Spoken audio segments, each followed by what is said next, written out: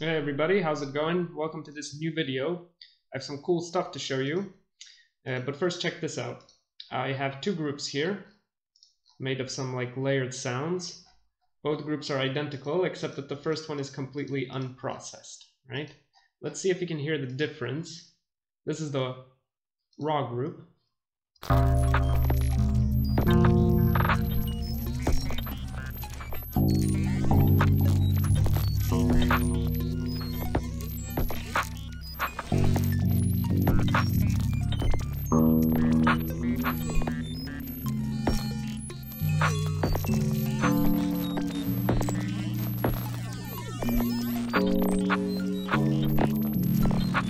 Right? And the second group is processed with a bunch of tools and effects that we're going to be building basically in this video. So check it.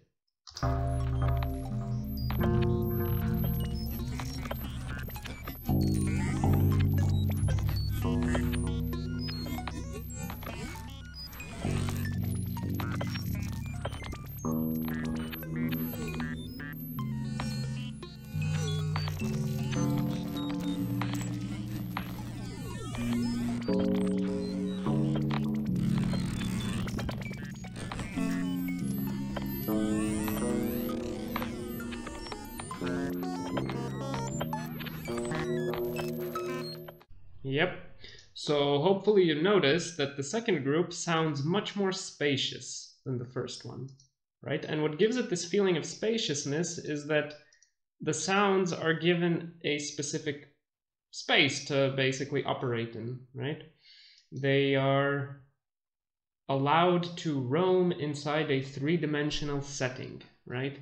And we have to give this 3D space to them. We have to make it for them, right? And that way they don't collide with each other, and basically just gives it a very interesting touch to your sound design, okay?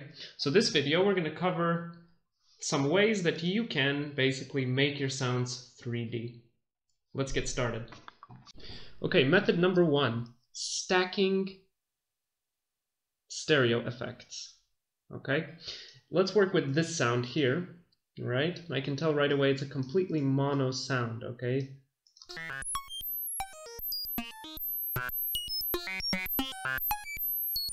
Has some nice modulation, but apart from that, there is nothing happening here, right? So let's change that.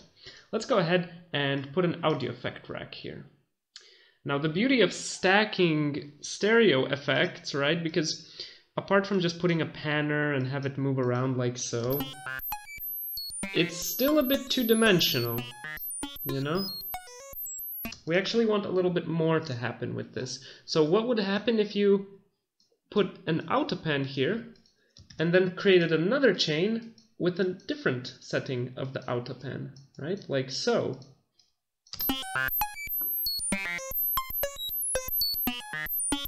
It's getting a little bit more playful, but still in this two-dimensional setting, right? So now what we're going to do is drop a phaser into one of these chains and perhaps a flanger into another one of these chains, right? Let's lower the volumes appropriately. It's actually -6 dB in order to get it to have the same volume as one chain at 0 dB. So check it. Let's find a nice place for this.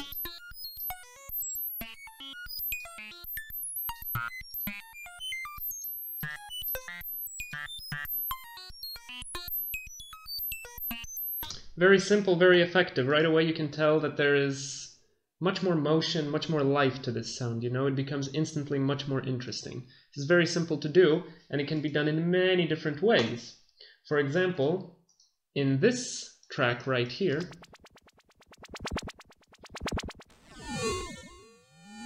let's go ahead and see what we can do with an autofilter, using the same method as before. Grouping the autofilter, creating several chains. Let's go ahead and put them into bandpass. And let's put this all... Let's actually right-click and copy the value to siblings because we want all of them to be in bandpass mode. Let's put this at 12 and also copy the value to siblings, right? Cool, and now let's put the LFOs up. on all of these. We're creating basically a very simplified version of a comb filter if we do it right. Let's go ahead and put an autopen here. And let's actually put that on all of these. Give it all motion, each chain, right? Different settings for the autopen on each one. Right, like so.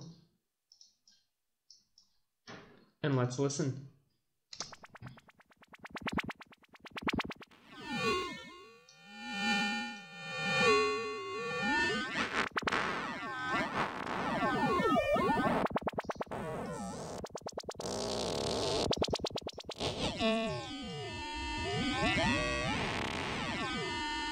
Minor difference, but still, I think it makes it a little bit more interesting. Method number 2. This time we're going to be working with blending a mono signal with a stereo position, okay?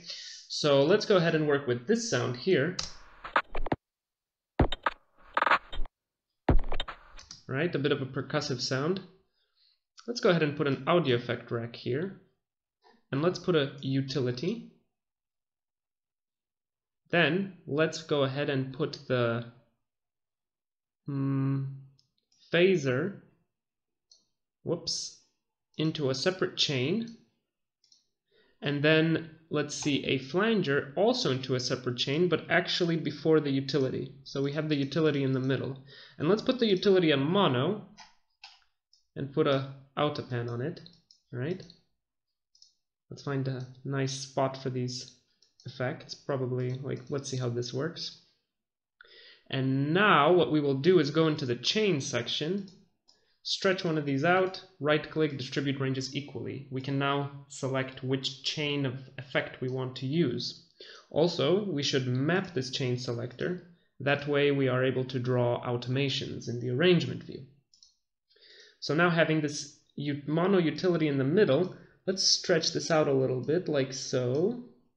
And maybe create this nice smooth blend here. It's actually, no, let's undo this. Let's take this, stretch it all the way here, this all the way here, and create blends between them, right? This top blue bar allows you to create smooth blending between the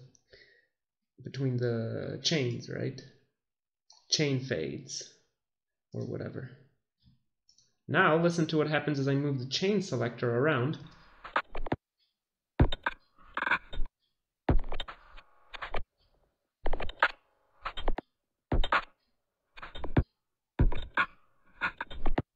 Here may be a little bit different.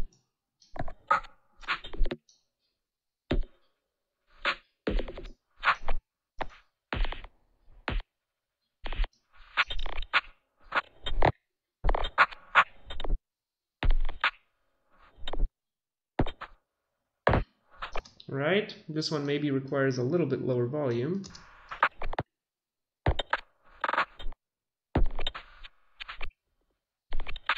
And this one a little bit more volume. Nice. Finally, we can automate the movement of this with an LFO. Let's go ahead and just, whoops, not this one, let's use this one. Map this to the chain selector macro. And let's keep the range right about, let's lower the depth so that it stays and goes maybe down to here. Perfect. We can also change this to random and bring the smooth all the way up.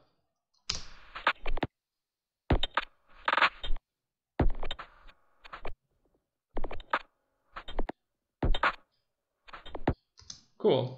Basically, you can play around with different variations of this where you keep one chain that is mono and around it put a bit of stereo stuff and then have it blend in from one to the other, you know, moving through the mono position. It gives it a very nice, I guess, stereo teleportation effect, if you will. Nice. Okay, method number 3. Here we're going to create this type of effect where a sound will move either away from the listener or towards the listener. It will move either into the background or to the front. And to do this, we're going to use a reverb and a utility. Let's go ahead and group these. And let's maybe play around with the reverb settings a little bit. Let's maybe bring the diffuse up, right? Like so. Let's see how this works. I'm going to bring this all the way down. And then we're going to go into the macro section, map the gain of the utility, but also the dry wet of the reverb and the decay time of the reverb. We're also going to map the stereo width of the utility, all on the same macro, right? So this is going to be one knob movement function, right? Now we have to play around with this a bit. The volume of the utility, I want it to go to 0 dB at maximum, and minimum maybe -16. Now the reverbs, we need to invert their range. We want them to go in the opposite direction of the utility. And maybe not up to 100%, maybe around here, like so, between 60-70. And here also, similar range. The stereo width, we will keep it maybe like so, up to 140, and just above mono, like, I don't know, around 50. The idea is that when a sound moves away from you, it becomes like its source becomes a little bit more singular and its stereo image gets a little bit like reduced, right? Whereas when a sound comes closer to you, you start, you're able to perceive it more and more with both ears, which kind of enhances its like stereo presence, right? So let's go ahead now and see how this actually sounds.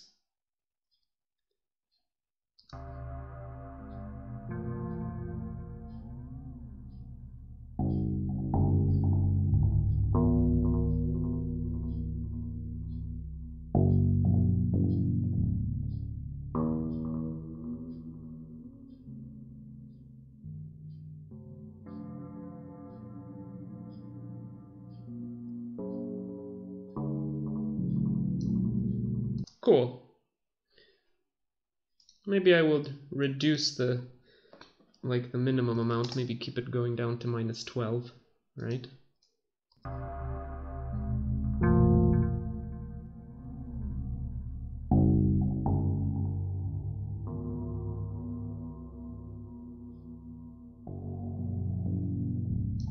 And to fancy it up even more, we could of course introduce a small panning feature here, like so.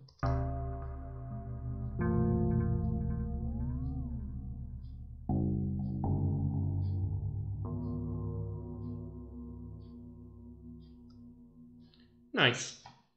Okay, method number 4.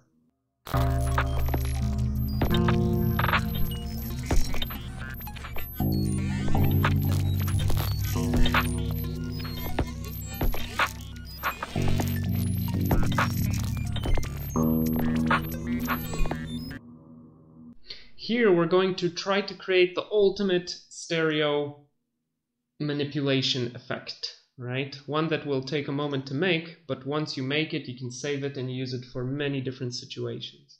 For this, we're going to use a utility and an autopan. Let's go ahead and highlight both of them, holding Shift, and Command G or Control G to put them in an audio effect rack. Let's go ahead and duplicate this chain several times. Let's see how many I have. 1, 2, 3, 4, 5, 6, 7, 8, 9, 10. Like so. Okay. For the first one, we're going to create different variations of this utility, by the way. So for the first one, let's go ahead and put it in mono. Let's go ahead and put the second one at maybe 50%. Third one, keep it at 100. Fourth, 150. Next, maybe close to 200. Then let's start playing a bit with the left and right inverts, closer to the mono. And same, maybe closer to the stereo for the next two. Right? Last one, maybe, I don't know, full stereo almost. With both inverted, let's see how that works. And then let's also maybe play around with different settings of the autopan, right? Just like make all of them a little bit different, like so.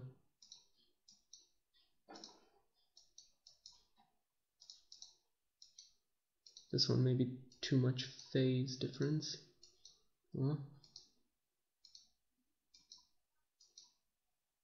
Perfect.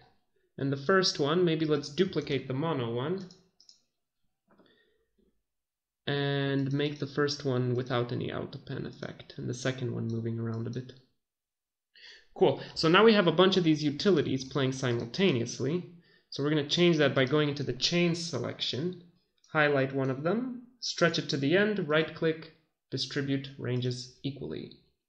Now let's go ahead and highlight all of them by pressing Ctrl or Command A and stretch them all out a little bit, like so.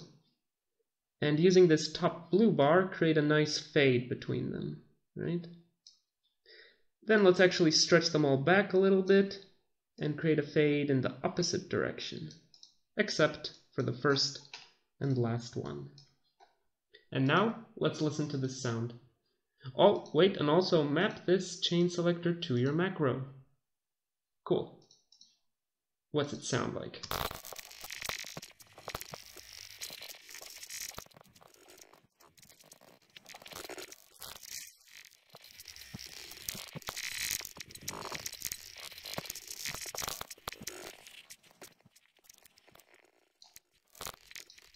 Nice. Yep, basically, as you can see, it gives a lot of interesting stuff happening, you know, to this sound, and you can use this in many different settings. You can use this even, you don't even have to use the full range of this. Maybe you have a sound that only you'll want to use from here to here, you know. The possibilities are quite big. And of course, we can further automate this process by putting an LFO here, mapping it to the chain selector, and let's say randomizing it a bit. Cool, that was method number 4. Okay, now we can basically listen to our final processed group, how it all sounds together. Let's give it a listen.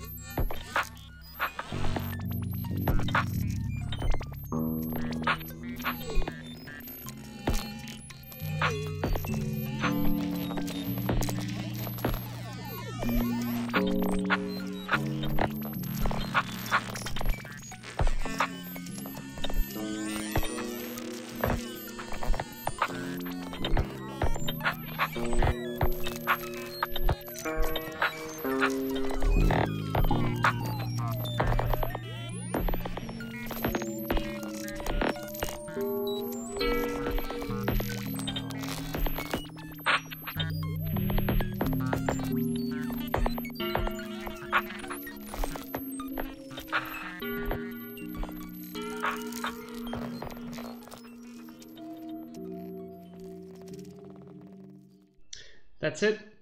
Hope this was useful. If you have any other ideas how to make your sounds 3D, feel free to leave them in the comments. If you'd like, you should maybe subscribe to this channel to stay in touch for more videos in the future. And as always, I wish you good vibes, happy creating. Till next time, take care, peace out.